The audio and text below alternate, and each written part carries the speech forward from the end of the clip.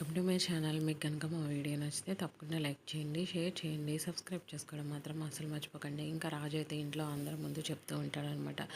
వ్యక్తిగత కోపాన్ని, నా మీద ఉన్న కోపాన్ని అయితే నా వ్యాపారం వృత్తి మీద చూయించింది. నేను ఇంట్లో నుంచి వెళ్ళగొట్టినందుకే కళావతి ఇలా చేసింది అని చెప్పి రాజు అయితే కావ్య మీద ఒకవైపు నిందలు వేస్తూ ఉంటాడు. ఇంకోవైపు అయితే కావ్య కూర్చుని ఏడుస్తూ ఉంటుందన్నమాట వాళ్ళ పుట్టింట్లో. ఇంకా అప్పుడు కనకంతో అయితే చెప్తూ ఉంటుంది, నేనే కావాలని ఇలా చేశాను అని చెప్పి ఆయన అంటున్నారమ్మా. ఎప్పుడు నన్ను వెనకేసుకొచ్చే మా మావయ్య కూడా నువ్వే కోపద్వేషంతో ఇలా చేసావు అన్నట్టు మాట్లాడుతున్నారమ్మా అని అయితే చెప్తాడనమాట. అని కావ్య అయితే వాళ్ళ అమ్మకు చెప్తుంది. అది వినంగానే ఇంకా కనకం కూడా షాక్ అవుతుంది. ఇటు పక్కన రాజు అయితే ఇంకా కావ్య ఇంట్లో ఉన్న బట్టలు అన్నీ తీసుకొచ్చి, పెళ్లి ఫోటోలు అన్నీ తీసుకొచ్చి బయట అయితే తగలపెట్టడానికి కిరోసిన్ అయితే పోసి అగ్గిపెట్టి వెలిగిస్తూ ఉంటాడు. కావ్య బయట వర్షంలో కూర్చుని ఏడుస్తూ ఉంటుంది.